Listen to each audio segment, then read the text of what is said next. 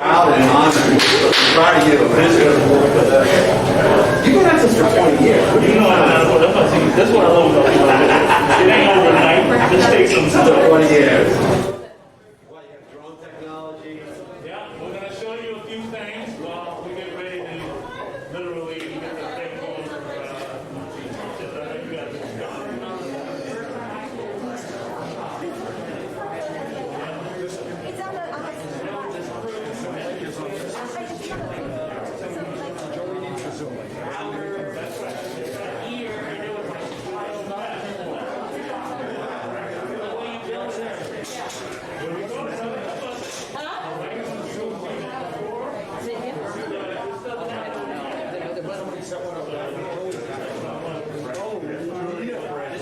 I have a Zoom account. I can set one up.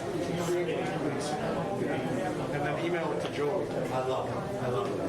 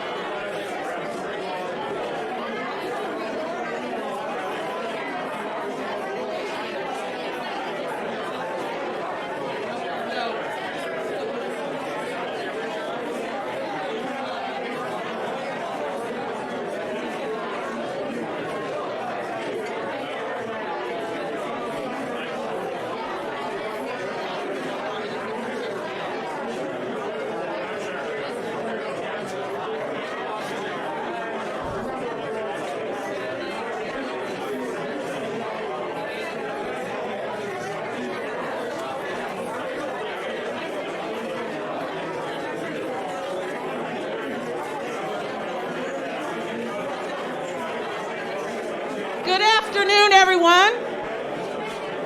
Good afternoon, everyone. We are so grateful that you have decided to come and join us here at the new innovation space for people. Woo! Awesome, awesome. For those of you who would like a chair, we're going to put some chairs in the back. Otherwise, you can just kind of mill around, and then we're going to go ahead and get started with our program. We are excited. We have a lot of great speakers today. So I'm going to turn it over to Lloyd Williams, who's going to welcome you and kind of take us through the day. So, everybody,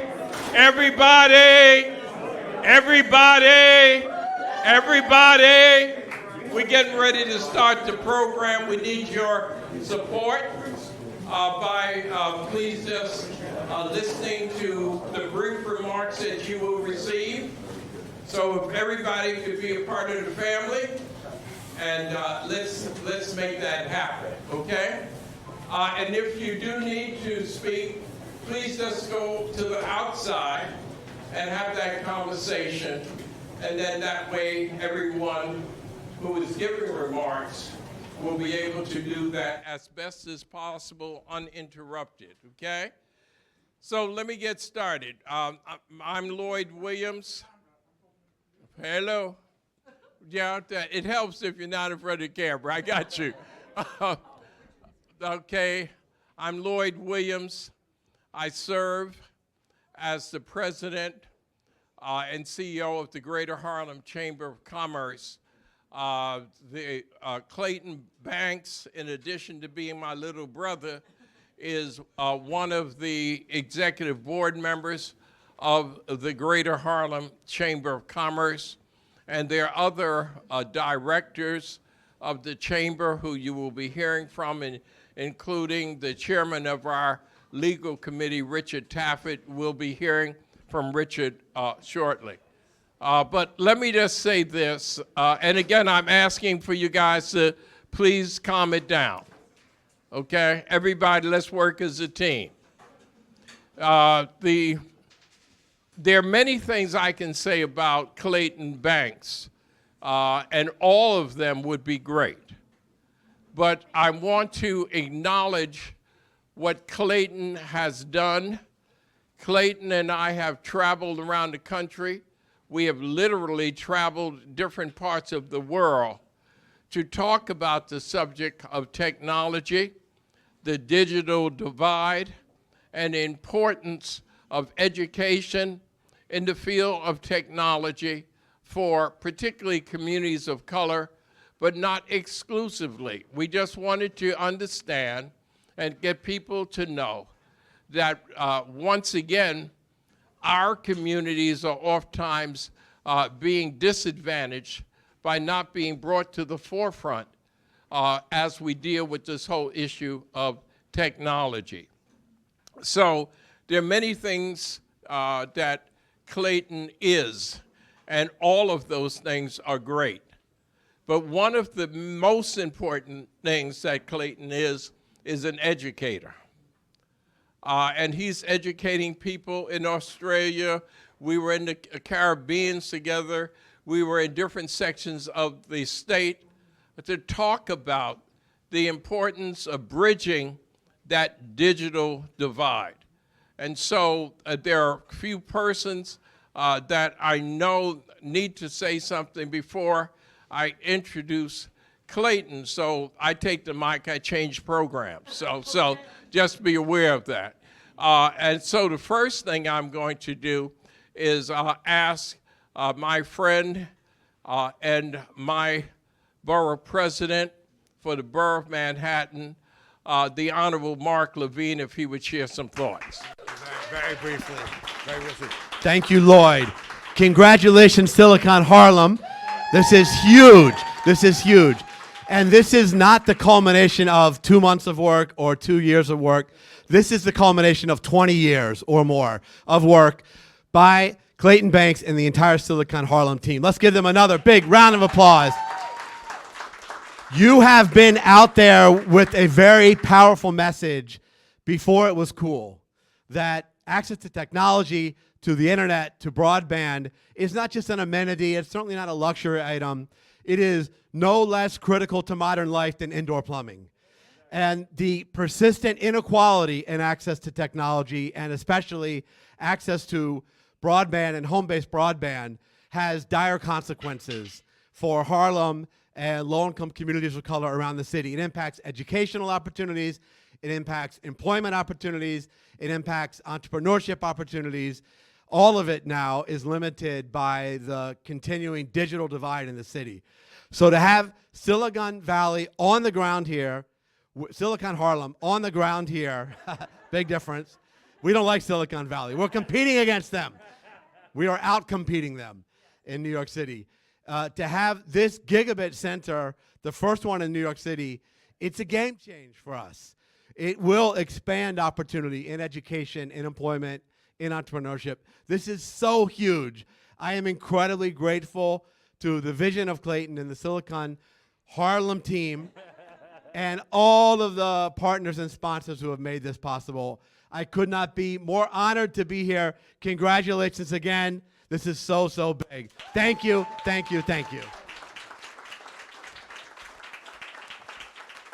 Let me mention that when Mark Levine, just a few months ago, Mark Levine was the chairman of the Health Committee of the New York City Council, and is with Mark Levine and Clayton Banks recognizing the pandemics that we were in and how important technology would be as it relates to connecting our seniors, how our children who are doing virtual education but don't have the equipment and don't have the broadband or the Wi-Fi, etc.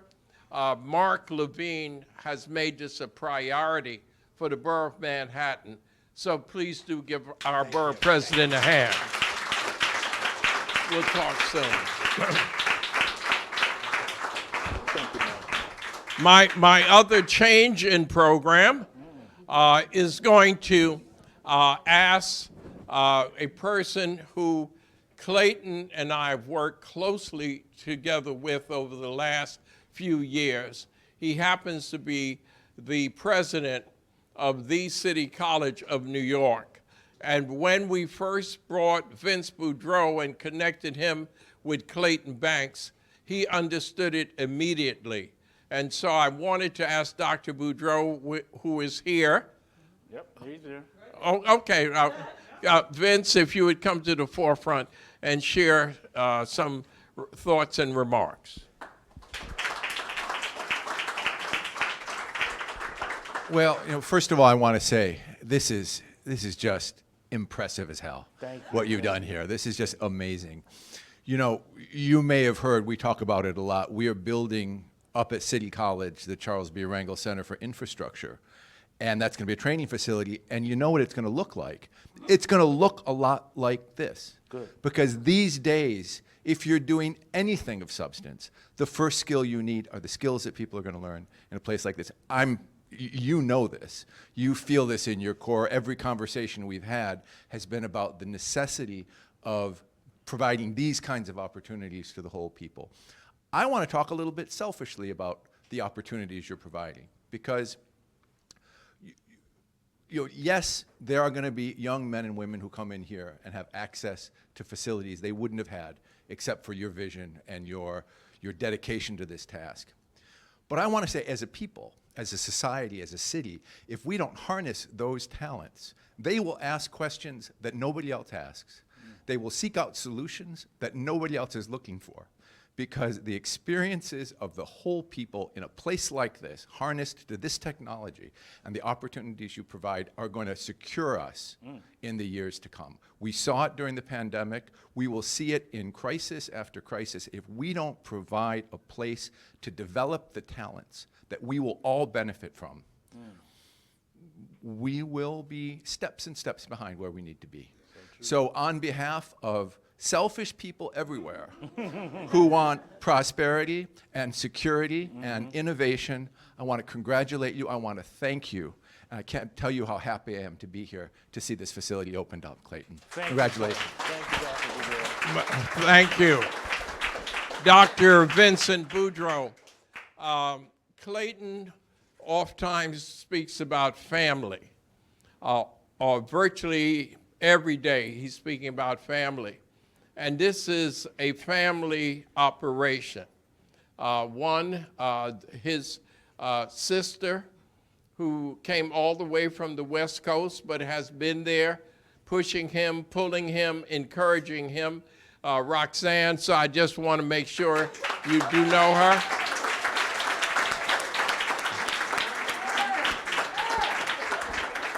And I'm not quite sure where the boss is, okay? Because see, we need to know. Oh, no, that's not the boss. We don't. Susie's the boss. We all know who the boss is. So, it's a family affair, as Sly and the Family Stone said. It's a family affair, and Susie is the boss. That is Clayton's much better half. She's my much better half. Valerie is outside there working to support the effort. Sue, just tell me that you don't need to come up. Just wave, sweetheart. Okay? Okay. So, how many of you came into this space a couple of years ago, or remember what it looked like? Okay? Is this not an amazing job that these guys have done? Clayton is the magic man, okay? And all I will say in the next introduction, which is really very easy for me, they're great people in this city. They're people who make differences. And oftentimes they are not on the front page of the New York Times or the Daily News or the Amsterdam News. And those who are oftentimes not on the front page are more often than not the ones who are really doing the hard work. And without further ado, it is an honor to thank him and to praise him and to introduce to you my little brother, Clayton Banks. Well, thank you.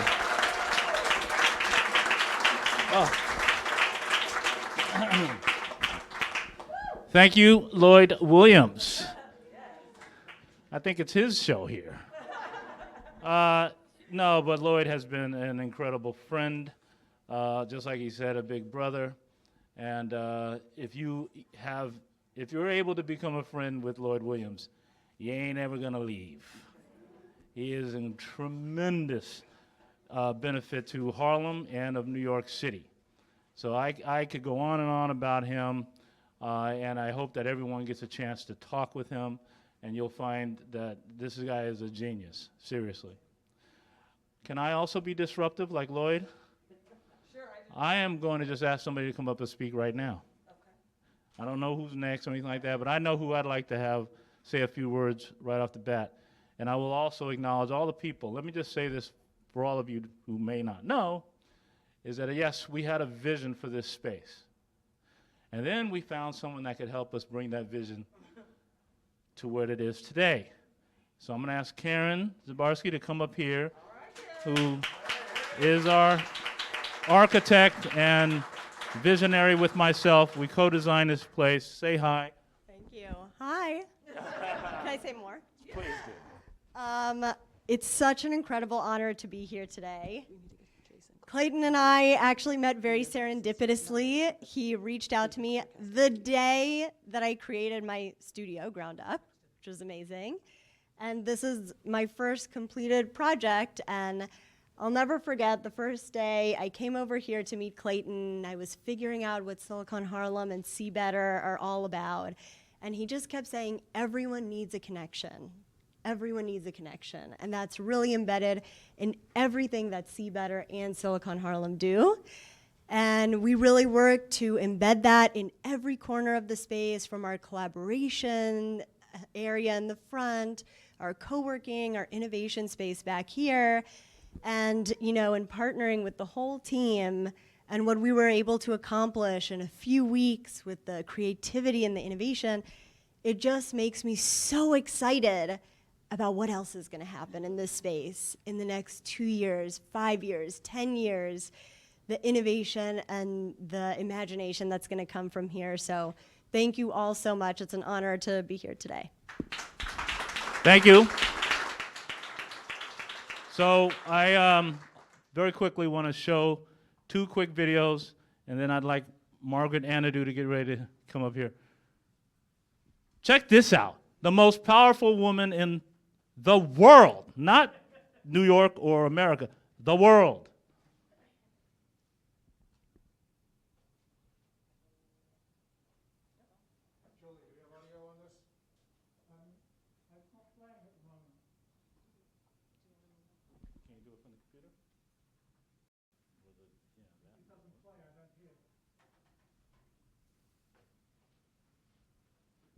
Okay, so while we're doing that, that is, for you who don't know, that's Jessica Rosenworcel, the first woman in the history of the United States to be the chair of the Federal Communications Commission. That's big, people.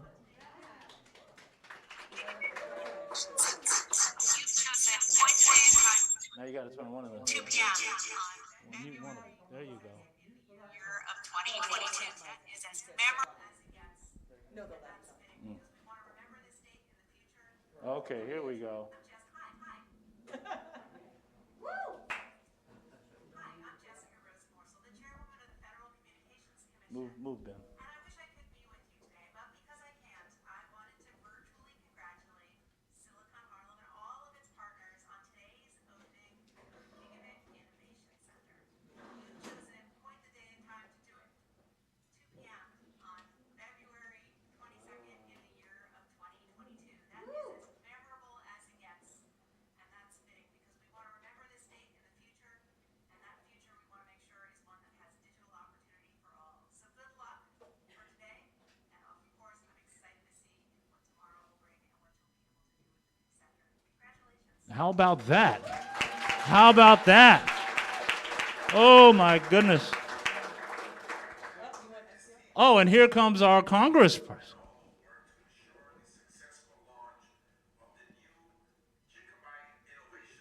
I love that.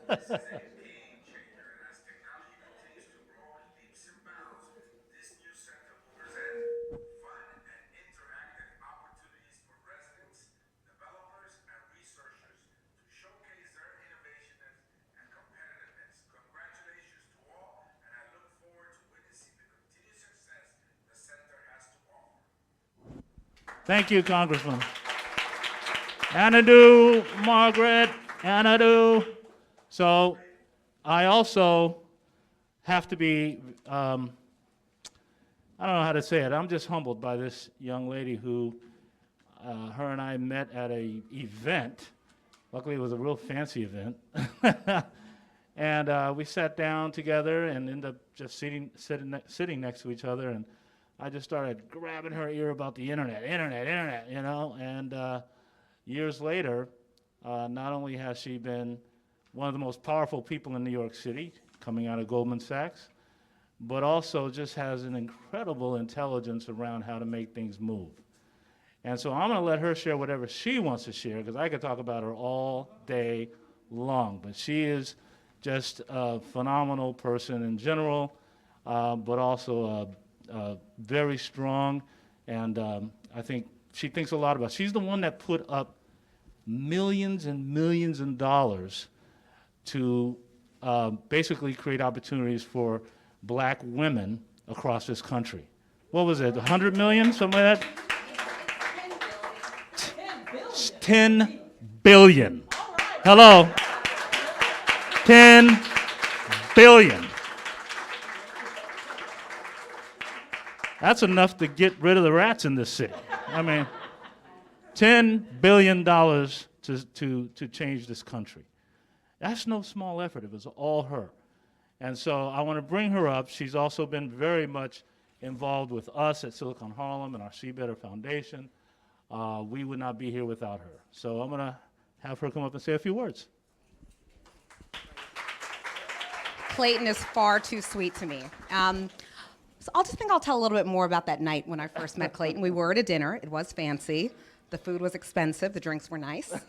And we just got to talking about what we both did. And he was telling me about Silicon Harlem and C-Better. And I was telling him what I did. I was like, oh, I run, impact investing at Goldman. And we've done so much in Harlem. We do housing, schools, grocery stores, cultural facilities, like everything that families need. And he's like, well, but do you do digital connectivity? Are you investing in broadband? Are you closing connection gaps? And I was like, oh, like this guy just caught me off guard. Like we're not doing that now. But we decided at that dinner that we were going to find a way to partner and work together, and we kept our promise to each other. And so when we did announce this initiative, it's called 1 Million Black Women. It's a $10 billion initiative to narrow opportunity gaps for at least 1 million Black women over the next decade. We had all the key impact pillars. So we're focused on housing, we're focused on education, we're focused on access to capital, but one of the pillars is digital connectivity. And that's all because of Clayton and everything he taught me at that dinner that night. So I couldn't be more proud and excited to be here and see this. I'll give another kind of selfish story. Someone gave a selfish story earlier. When I walked in here, I thought about what it would have been like if when I was younger, there was a space like this. I studied computer science in college. I will never forget, I took a coding class in a summer, my mom was at Hustler. I was in every summer program, everything. And I will never forget my first little code. I think I made like a dot go from one end of the screen to the other, something magical and magnificent. Cool. But the way that it made me feel to know that I could build something and that I could create something, I could learn this new language, it changed my life. And so I'm excited about not just the business owners and the engineers and folks who are going to do infrastructure and all the adults who are going to benefit from this space, but the kids that are going to come in here, feel that power, feel that opportunity, feel that creativity. I'm so excited about it. So that is amazing. Thank you for doing it.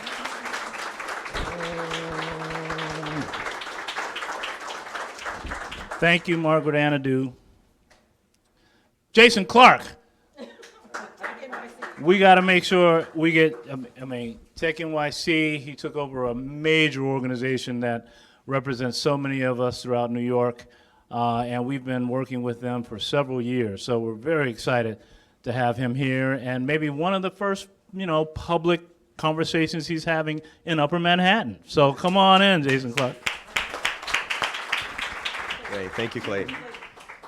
Yeah, and this is so amazing to me. First of all, this is my third week on the job, and I already cut a ribbon. So, already feel like we're making headway, even though I know that this has been doing something you've been working on for so long.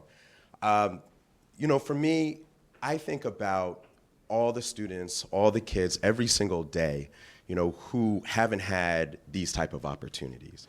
Kids who fell behind during the pandemic because they didn't have a good internet connection. Folks who weren't able to get a loan for their small businesses because they couldn't get online and they didn't have that. And there are so many ways that if we could just be able to make sure that access is within touching space where you could be able to walk down the street and you have a location like this, it changes everything. There have been a lot of things that people try to do and have been doing since the pandemic to make sure that there is more access to these type of these resources, right? And even through some of the things we've seen with Google or the New York City Recovery Challenge, we've seen folks of color who have been able to do some amazing things, just trying to answer solutions to things that they see right in front of them, figuring out ways that you can help the underbanked, figure out ways that you can be able to bridge the digital divide.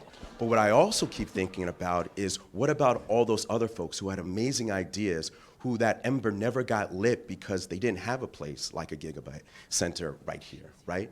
And moving forward, that's not going to be the case. So I'm just so happy about what Silicon Harlem is doing with Tech NYC. We're about making sure that we're building a more dynamic tech ecosystem here that works for all New Yorkers. And I'll also just quickly say that in the summer, we're going to be starting something called Tech Year NYC, where what we're going to do is make sure that there are internships all year long for individuals between 16 to 24, and for all of for many of our 800 member companies. So of course, we would love to have many of the folks who come into this room be a part of that, and anything else we can do to help. So thank you.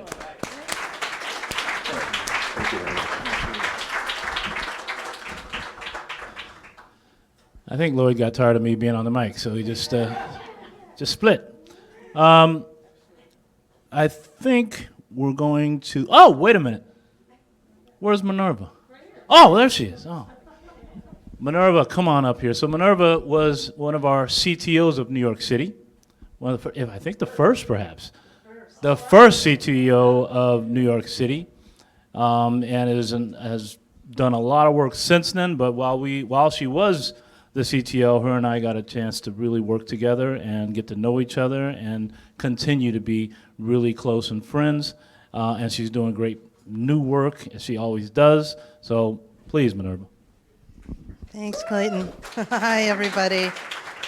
I brought my little cheat sheet here, but first of all, congratulations. I am in awe of, it's so beautiful. And it's so important to learn technology in such a creative and beautiful space, and you really thought it through. It's fantastic. And I call that desk right there. So, so congratulations, and thank you to both you, Roxanne and Clayton, for inviting me to speak today. You know, when I became the first CTO of New York, we had a singular mission to make New York City a smart and equitable city. That was before it was cool. And that's really how Clayton and I connected early on and talked about the importance of connectivity and distributing broadband access more widely. And, and it continues to be a challenge for the unconnected behind the digital divide. So this is a huge, huge thing for all of us to be able to create a space like this in the community where the folks are. Don't make them travel to learn something, right? You put them in the communities where the people are that need it. So I'll talk a little bit. You alluded to, actually, I start my new job next week, and I've already cut a ribbon, so there. I start as the Chief AI Officer at NYU's McSilver Institute for Poverty Policy and Research. Wow, congrats. Thank you. So I don't want to, bore you with all of this, but really, one of the important things about technology in society is how algorithms, artificial intelligence, AI-driven tools are affecting all of us. If you've applied for a job or a mortgage or, any kind of healthcare, chances are that an algorithm impacted how you were treated.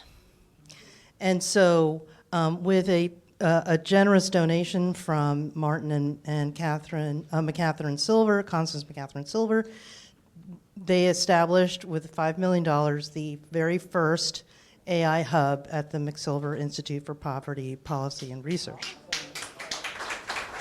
They'll be the first again. Another first. And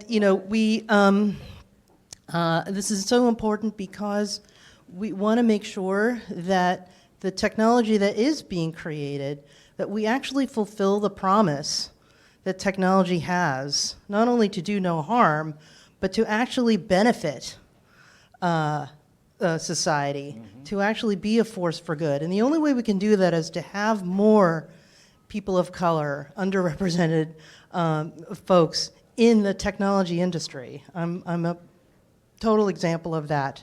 And so, we're just early on. We're going to start with building on the work preventing Black youth suicides using predictive analytics. We're looking at racial bias in algorithms related to healthcare. And, this is a mission that is just beginning, and I thank you for letting me introduce that here. And let me just close by saying that a huge part of why Silicon Harlem and C-Better Foundation and places like this Gigabit Center are so important is because we need more people in technology making the technology work for us and not against us.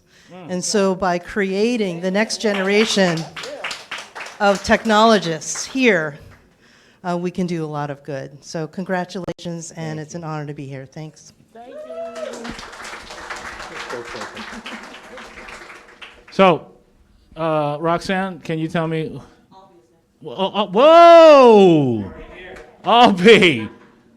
We have, you ever saw that GIF or that video of the two little kids coming and running at each other?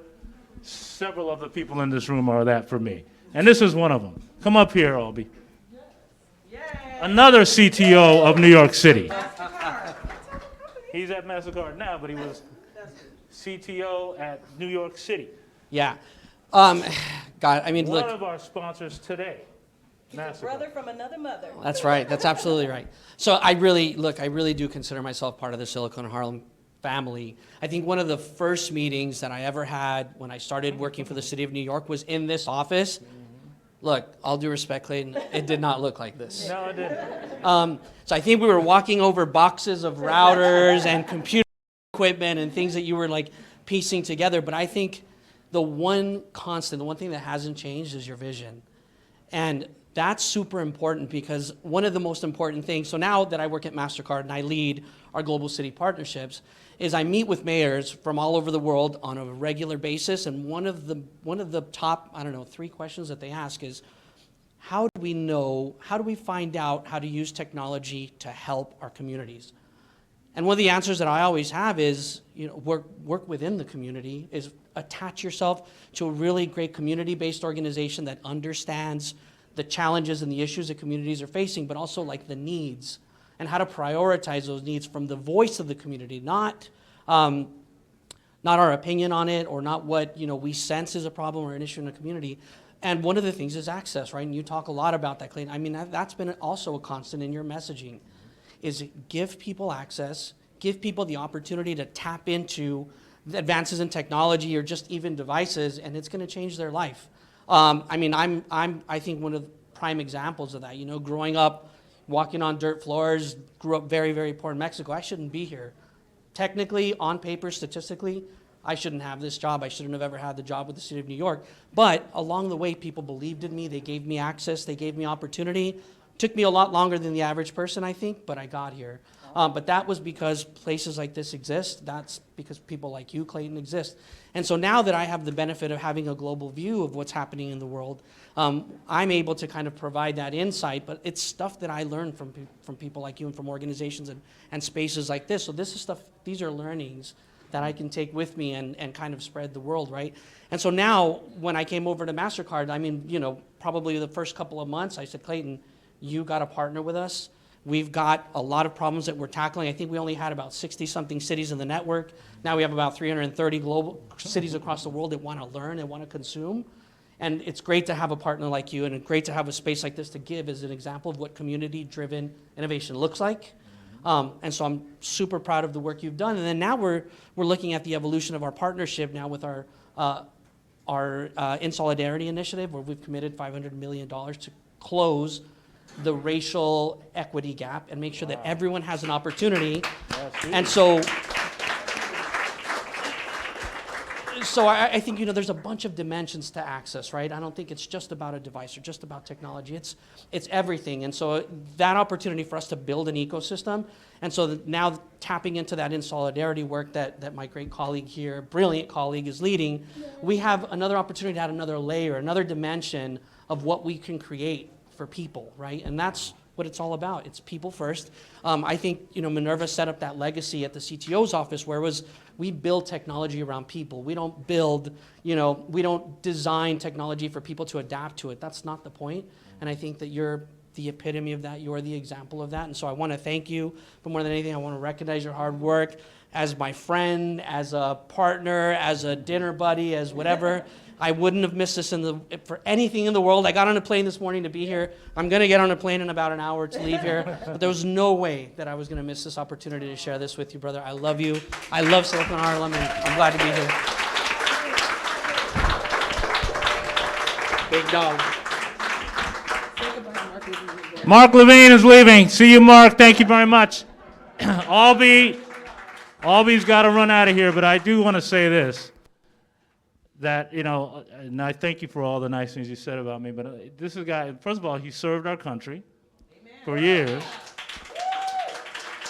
And the most impressive thing is the first time he and I had food together, we went to Sylvia's. Hello? That's where I take him. And the first thing he did that I liked, one of the first things I know I liked about him was when he said, I could use some hot sauce. That's my man. Albie, thank you for so much that you not only done for the country, but what you did for New York City while you were here. And now he's back in New York. He had gone over to Texas for a little while, but he's back here, and he's working right through MasterCard. Does anybody want to up the 500 billion to $1 trillion? Anyone got $1 trillion yet?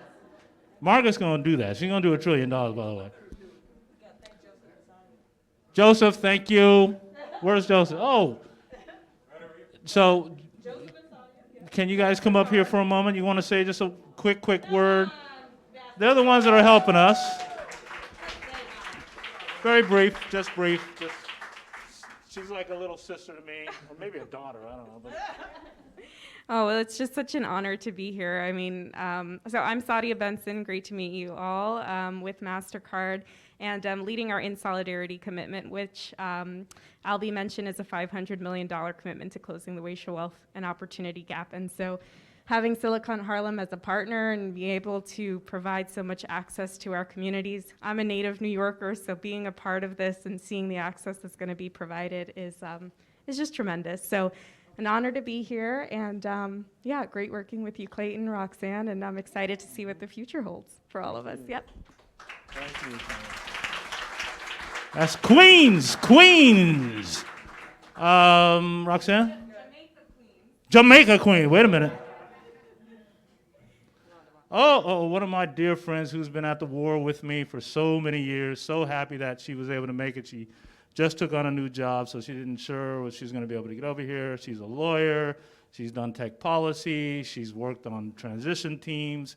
She's a super minded person that has always worked with me on how to create equity through technology and et cetera. You know who I'm talking about, Rhonda Binda, so come on up here and say a few words. My dear friend, Rhonda Binda. Congratulations. Thank you so much. Good afternoon. Happy Black History Month. And I'm so honored to be here to share this momentous occasion with you, especially on this auspicious day, 2/22/22.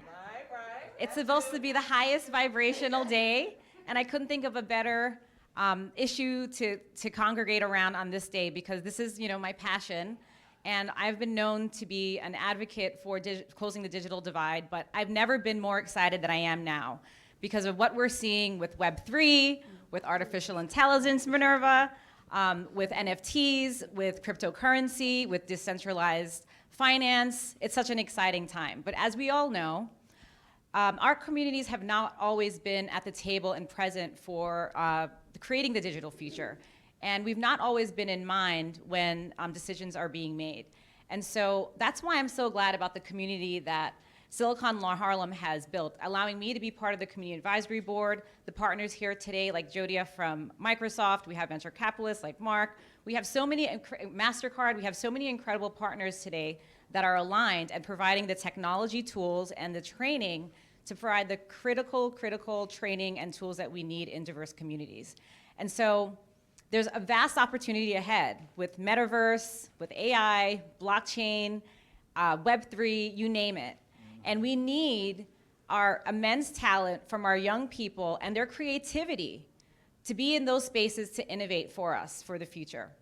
And so these tools that are being created now are completely mind-blowing. We know that the future is going to be completely different for finance and for socialization. So I want to challenge you today. I've been doing this lately because even as a tech attorney, there's so much I don't know. I want to challenge you to keep an open mind. And for all of these, terms and these new areas that we have to learn about quickly, keep an open mind. Study a little bit about it so that you can have a conversation with someone that may know more than you. Try to listen and learn and think about how can you apply that back in your community. Because we're going to need to grow this community for the challenges ahead. And that's needed not just for the community, but even for the individual changes that we need to make. We're going to need the partnership and the community. And so I look forward to continuing to work with everybody here. I congratulate you. When you thrive, I thrive, and we all thrive. Many congratulations to you on this auspicious day. Thank you. Thank you.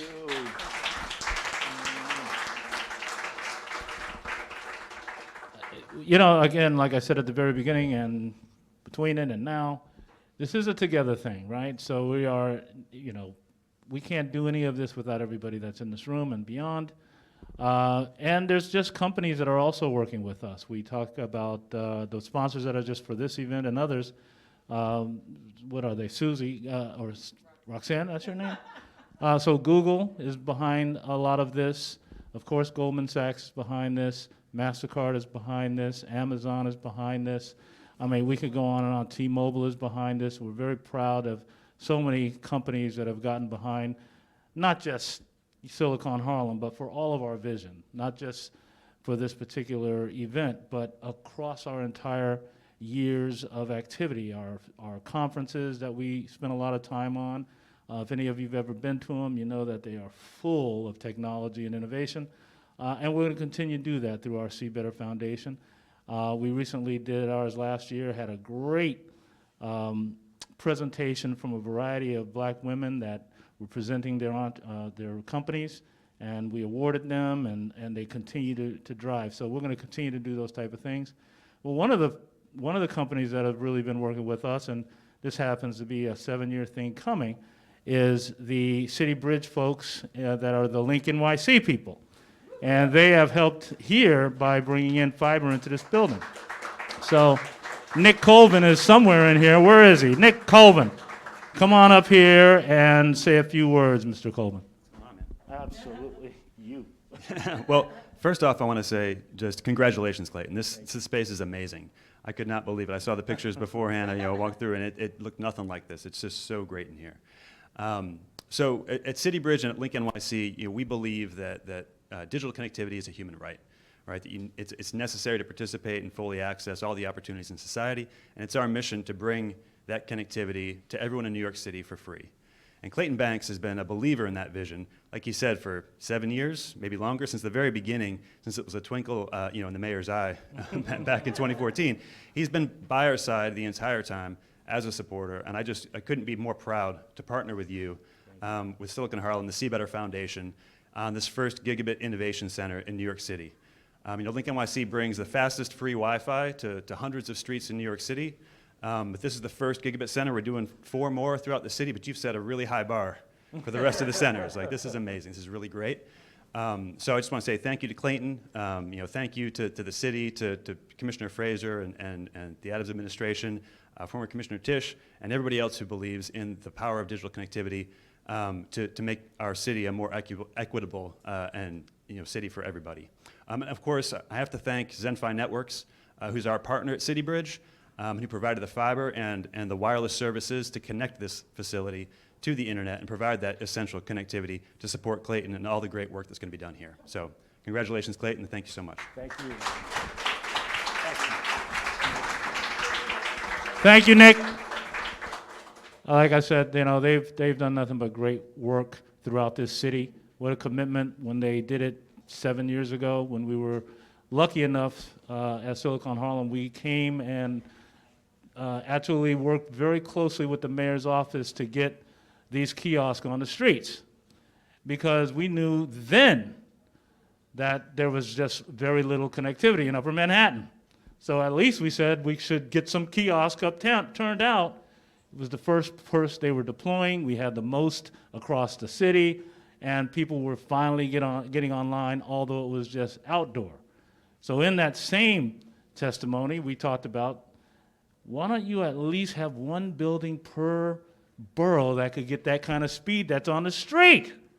The street was getting a gigabit of speed. That meant a lot back then. It means a lot now, but I'm just saying back then, a gigabit speed, it was like, what? And so they said in the franchise that we'll actually build this infrastructure into one space in each borough. They didn't say one space in Harlem or one space for Silicon Harlem. They said one space per borough, even though we presented the idea. So I worked directly with our borough president, and ultimately they did designate our location. And so we're so happy that over the time that took, it has happened. And so it does make a difference, and we're very grateful, frankly, for that. So we're going to move this agenda on and say, again, thank you to all of our sponsors and all of our partners and collaborators, many, many people. But I think we have, who did you have, Rox? Is Pinsky here? Is Angela here? She's one of our great sponsors that's not here yet. No, that haven't heard. Say her. Is Helen Cogan here? I know Helen Cogan here. Come on up here. Let me, Kim's going to introduce, huh? Or Kim and Helen, come on up here. This is Empower. Empower. If you don't know about Empower, you're about to hear something incredible here. Come on. Thank you so much, Clayton. Good afternoon, everybody. Happy Tuesday. That's right, TWO. And I was sitting here thinking about what else I could say that was really cool. And I would say that you are helping us to see better. All right, I like it. So at Empower, we are an organization that's really about creating tech careers and transforming lives. We serve over 1,500 young adults and military-connected individuals across the country. The organization was seated here in New York City, and what we do is help people launch technical careers. So all that you're talking about in terms of the use of this facility, the need for greater awareness, is the work that we do every day. On the ground here in New York City, Helen Cogan is our executive director, and Tony Gaston over in the wings, come on up, runs our placement function, and he is our director of placement. But critical to the work we do is partnerships. We can't do the work alone. We have partners in many of the sponsors that you noted today. We have partners with employers who take the talent that we prepare, fully vetted, fully skilled, ready for tech jobs. They're not necessarily ready for the most advanced because we have to get the community of young people digitally literate first, then skilled with the base level certifications that are a proxy for competencies to do those basic level jobs, and then advance through advanced certifications and the work of many of you so that they can play in the cybersecurity space and cloud computing space. We are just so excited to have a chance to stand here with all of the luminaries, but we are doing the heavy lifting. We've been here since 2012. We serve 100 young people in Harlem, in the Harlem location over on the east side every year with an eye towards scale. We want to serve 1,000. And it's places like this that we hope to continue to leverage and partner. We want to deepen our partnership with Silicon Harlem. I remember years ago when it was first launched and the activity was a hackathon at Harlem Week. That was my first exposure to the great work of Silicon Harlem. And so what we believe in is the spirit of possible. We want to help see better, and we want to help do better and be a partner on the ground that is attacking the digital justice issues that we know have existed for many years, but have been illuminated since the pandemic. And we are your partner in helping to build solutions and to make a difference on the ground. Thank you so much. Thank you very much. There's only a few more little things. Anyone who may want to say something, I have no problem with that. But we have 2 or 3 more people that we want to sort of bring up. Is Tom here? Tom? There he is. Come on up here, Tom. So you want to hear from an educator. This is one of them. We've got a few. Thanks for coming. Yeah, thanks for having me. I live about 3 blocks from here across the park, and I teach, and you met Dr. Boudreau from City College, at one of the jewels of Harlem. It's the High School for Math, Science, and Engineering. We're in a building at City College and have been there for 20 years. And I have the pleasure every year of teaching some of the best and the brightest kids, both from this neighborhood and from across the city, sending them off to the best schools. So, which mics? Out of battery power. I really need a microphone. I do this for a living. Well, I wanted to point out just a couple of quick things here, and I've learned so much about Silicon Harlem, and again, 2 blocks from me, and we're really doing the same thing. We're getting kids ready for what's next. Sometimes they know better what's next than we do, don't they? Isn't that true? But everyone's been pointing out C-Better, but Silicon Harlem, I'm a Silicon Valley refugee, if you will. I left the Valley in '95 and started teaching public school in the Bayview Hunters Point section of San Francisco. And then 15 years ago, started teaching here in Harlem. And everyone knows silicon off of your chemistry class periodic table, but silicon is, of course, the foundation of every chip. Every technology is built on silicon, and I sort of feel like what's going on here is the foundation of technology in Harlem, and Silicon Harlem fits just perfectly. Don't try to be like the Valley, please. You got it much better here. But I want to issue a little challenge, and I'm sorry it's the teacher in me perhaps, but I believe that the data and the bits and the gigabits and such that are coming into Harlem and places all over this city is necessary but not sufficient. It's the starting place. You can't go anywhere without that flow of information, both upstream and downstream. But I just spent a year teaching some of the brightest kids in the city through Zoom. More gigabits entered more homes over the last 15 months than in history. And the results were okay.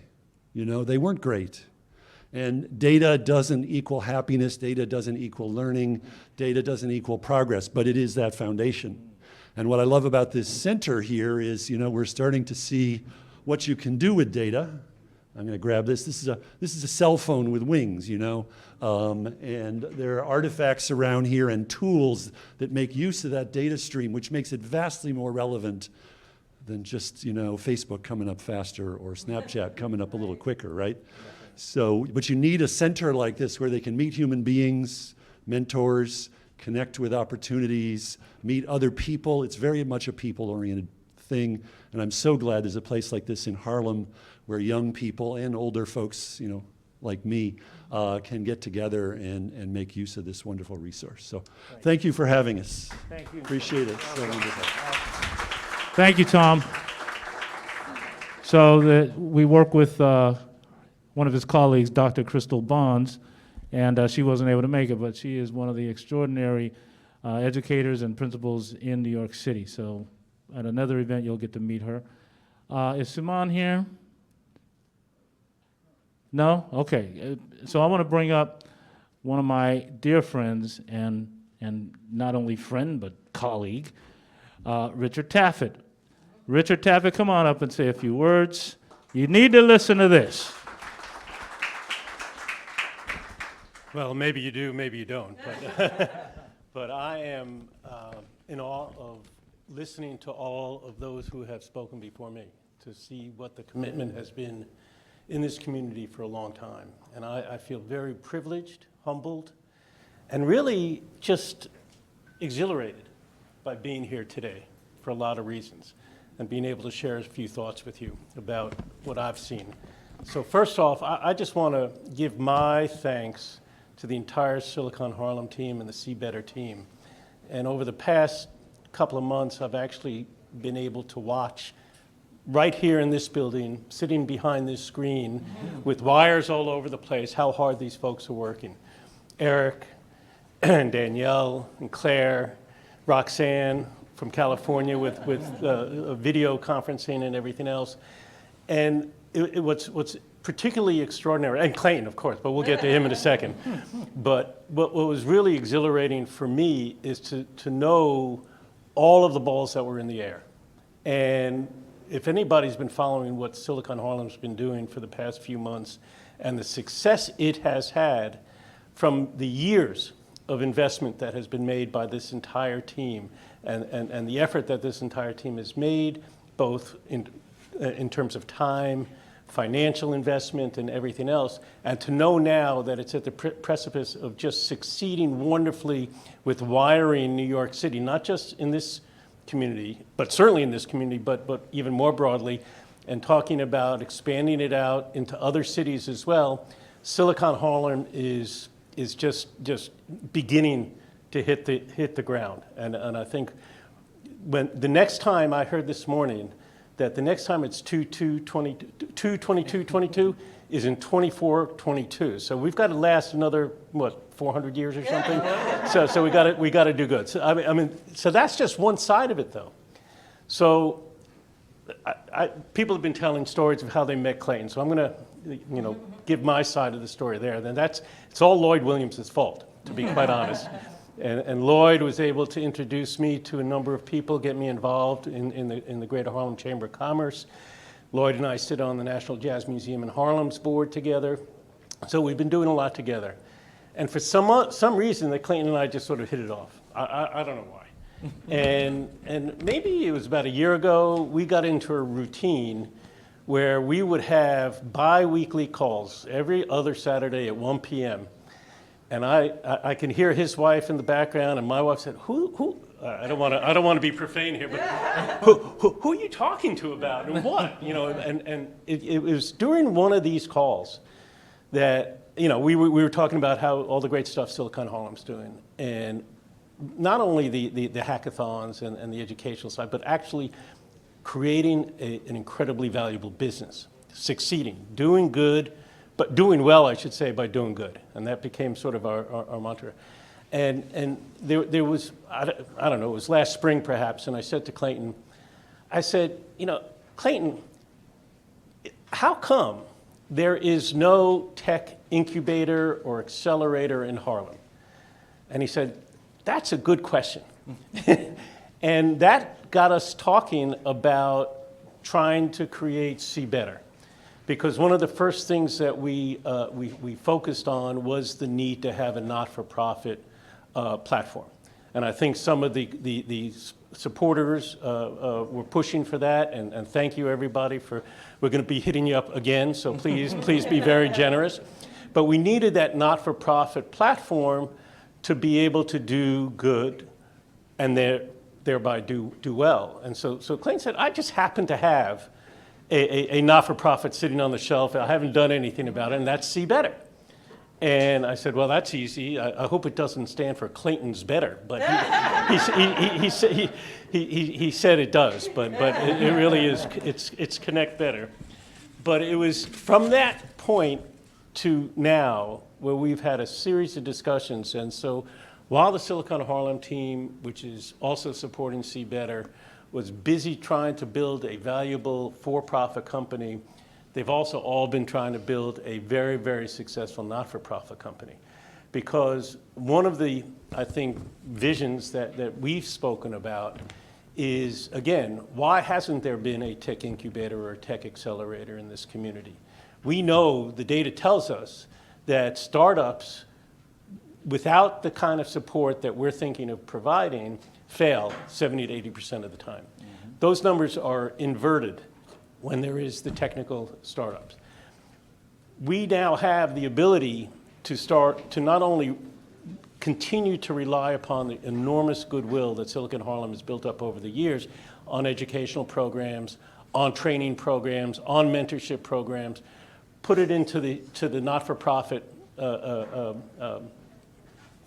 place, the not-for-profit entity, and even expand it further and get the types of sponsorships and I think support that, at least my experience, I'm a lawyer by practice. I represent a lot of the tech companies, some of whom are in this room, a lot of financial institutions, some of which are in this room. But in any event, the commitment right now to support something like C-Better, which is also being supported by Silicon Harlem, isn't higher. And we'd be fools not to take advantage of that. So that's where we are today. And now we've got to get busy. We got a lot of work to do. And that's why I am really privileged, humble, and just exhilarated to be here today and to see everybody and see the support and see the love that's being given to Clayton and the whole team. They work really hard. So that's what I got to say.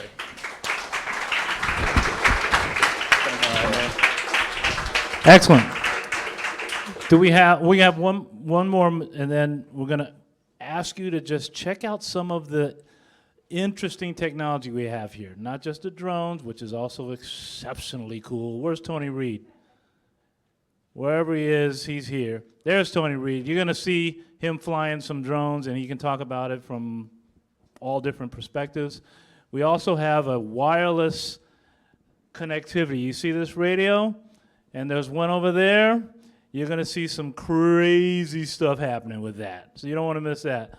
So we have all kind of stuff for you to check out. So we want to have one of our members that is she still here? Yes. Oh, hey. So we have obviously the space here. We also allow for co-working space. We want to be able to talk to people who are trying to start businesses or, you know, grow their business. And so being able to be here, they get the incubation, for example. We offer our services to them. They also just have a great space to work in. And one of our great members is Michelle Bishop.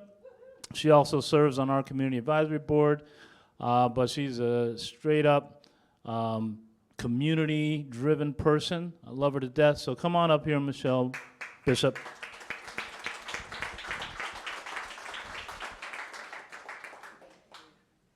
Thank you. Good afternoon, everyone. I am Michelle Bishop, the founder and executive director of Harlem Needle Arts. We preserve fiber, textile design, and needle arts in the African diaspora.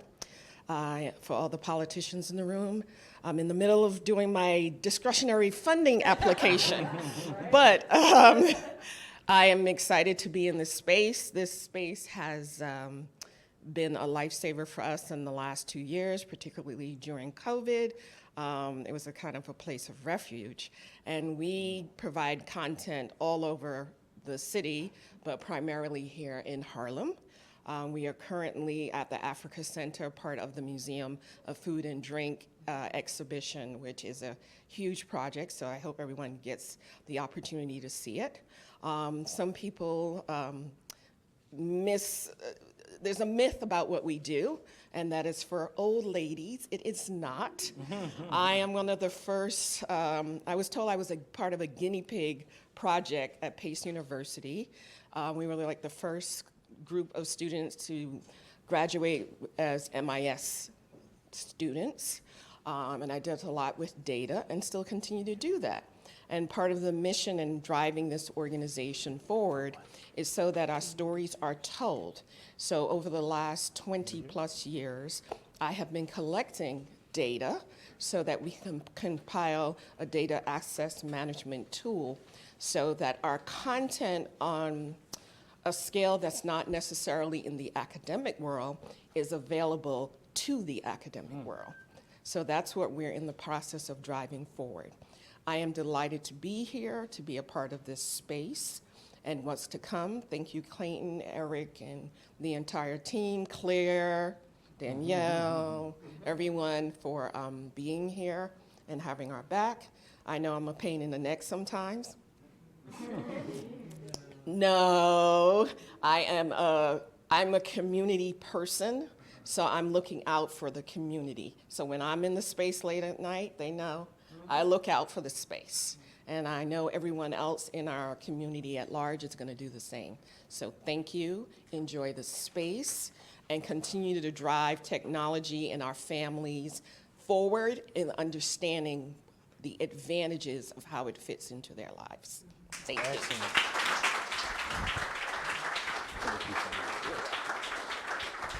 Okay, so again, I promise we're going to show you some of these technologies if you want to stay and check it out.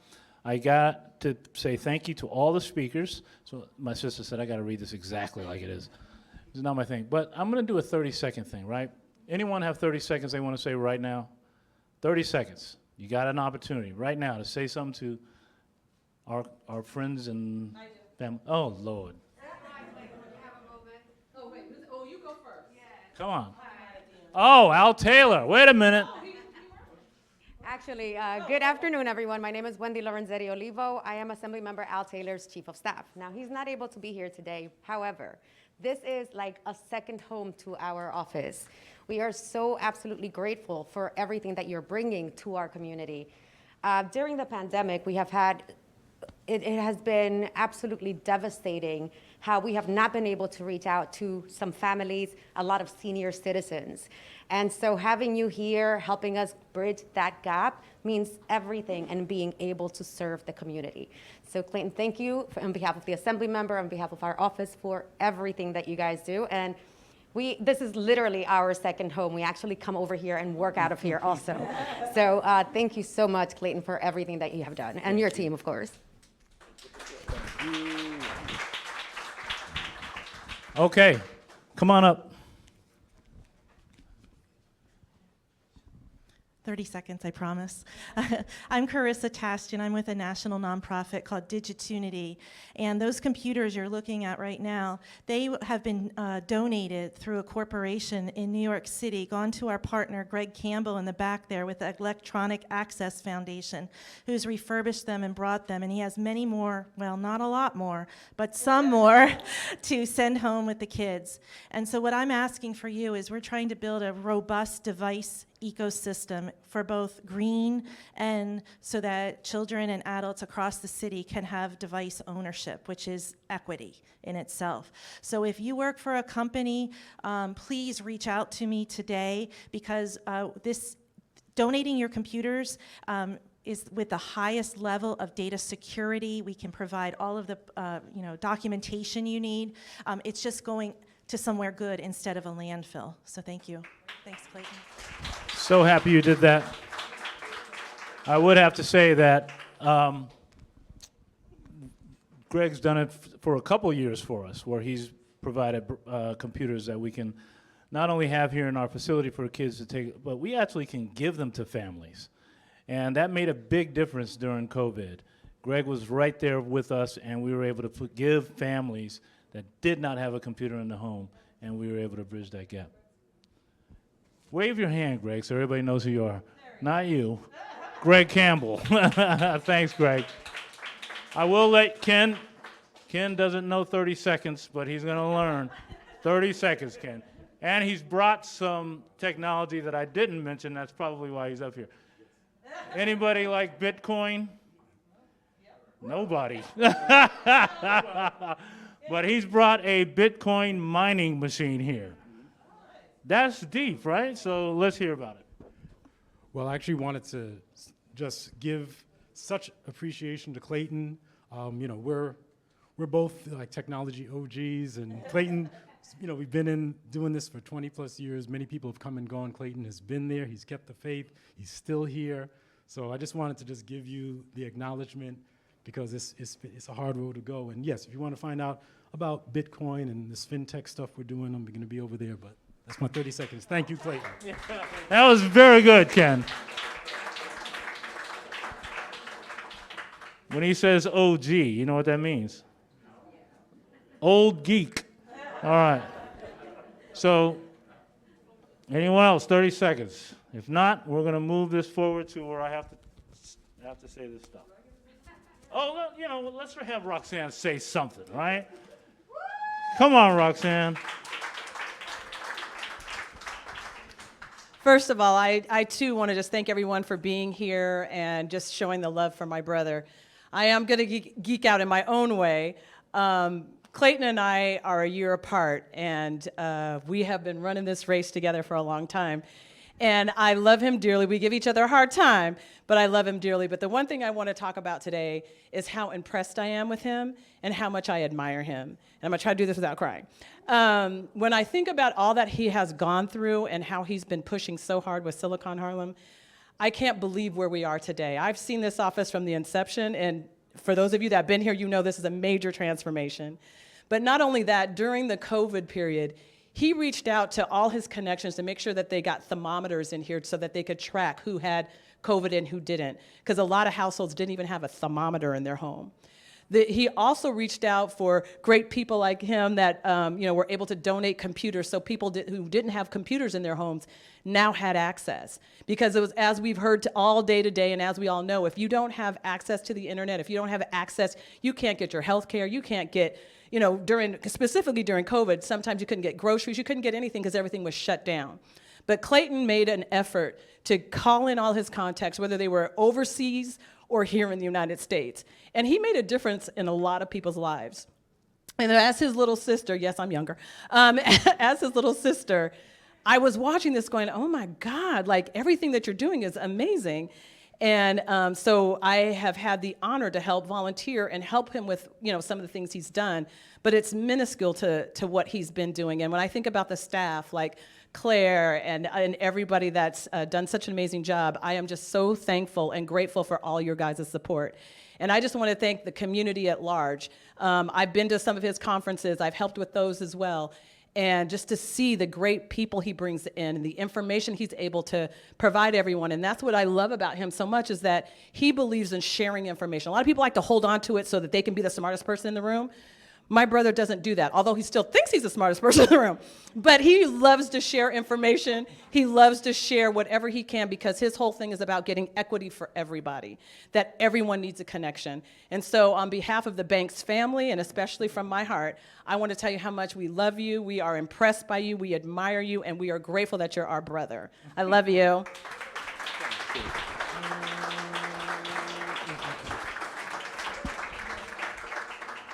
Hey, wow. How about that? I may cry. I mean, there's nothing like having a great sister, right? That was just amazing. And it's even greater that we're only 1 year apart. That way, I was able to date all her friends, so that was good. She could not date mine. But anyway, here we are. I'm going to open up the space. If you don't mind, Siklu, would you mind doing your first presentation of the wireless? Who's over there still awake? All right, here we go. Let's come over here if you need the mic, or can I move the mic over to them? Okay, good. Why don't you talk through this innovation? So what Siklu is, it's a millimeter wave unit. This is running 60 gigahertz over here. We've done it in cities like in Cleveland, in LA, and this brings, essentially, this is 1.9 gigs full duplex between 2 points. We're just showing here simply connectivity between 2 points, but we could run literally 300, 400 of those cameras through this one connection. That's it. Come over and talk. You're my brother too. You know that's right. You know that's right. Absolutely. No, you know where I'm at, so you come and live here with me. I didn't even see Ted. I forgot Ted, I haven't forgot. Congratulations. Thank you, man. Thank you. Thank you. Thank you. Thank you, brother. Well done. Come by him. Please. I got to run to get my taxi. Take care of that first. Well, definitely come back, and hang out. All right, brother. Take care, man. You can see the future. You can see it. Exactly.